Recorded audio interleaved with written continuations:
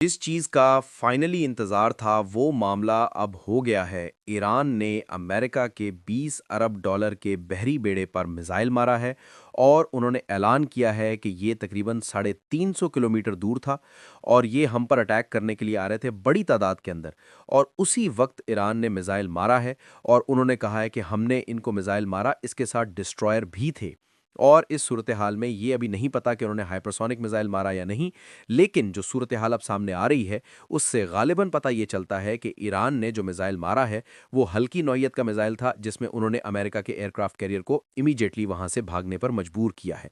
अब हिट हुआ है नहीं हुआ, कितनी तबाही हुई है, क्या मामला हुआ है, इस पर ईरान ने भी बात नहीं की, लेकिन उन्होंने ऐलान कर दिया है कि हमने अमेरिका के बहरी बेड़े पर अटैक किया है। देखिए, अगर तो ईरान इस बहरी बेड़े पर हाइपरसोनिक मिसाइल मारे तो ये बात आप जहन में रखिएगा, ये हज़ारों फौजी वहाँ पर मारे जाएंगे और ये डूब जाएगा। और ये बात फिर जहन में रखें, इसके बाद फिर तीसरी जंग अजीम छिड़ जानी है। आपको पता है इजराइल इस वक्त दबाव डाल रहा है अमेरिका के ऊपर, और ये पहले भी हुआ था कि आप ईरान अगर नहीं हमसे हारा जाता तो आप इस पर एटमी हमला भी आप कर दें। और ये पिछली दफ़ा रिपोर्ट भी हुआ था, अब भी यही सूरत हाल है, जिसको ये हमेशा से सैमसन ऑप्शन कहते हैं।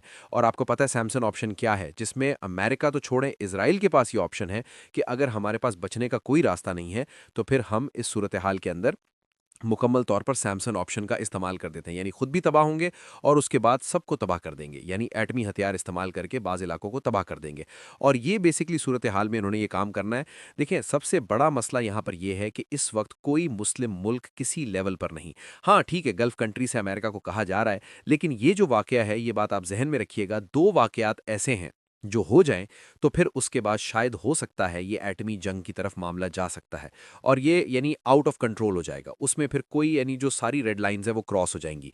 एक तो इनका एयरक्राफ्ट कैरियर 20 अरब डॉलर का है, 5,000 वहां पर फौजी हैं, और एक ही झटके में 5,000 फौजी अमेरिका के दो चार ताबूत चले जाएं वापस, ये जाएंगे, अब आप देखेंगे तो कितनी तबाही वहां पर मचेगी कि ये तो 5,000 आप फौजी मार दें। ईरान ने असल में इसीलिए बहुत सारी चीज़ों का लिहाज रखा हुआ है।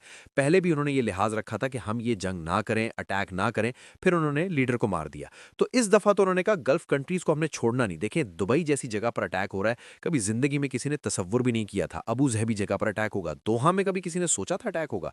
किसी ने सोचा था कि ऑयली रिफाइनरी सऊदी अरब पर अटैक होगा, ओमान पर अटैक होगा? बहरीन के तो परखच्चे उड़ा दिए, परखच्चे उड़ा दिए उन्होंने, ऑयल फैसिलिटीज उड़ा दी हैं, वहां कमांड सेंटर उड़ा दिया है। तो अब सूरत हाल ये है कि अभी भी वो लिहाज करें, वरना एक हाइपरसोनिक मिसाइल आप मारेंगे तो आप एयरक्राफ्ट कैरियर को डुबो देंगे।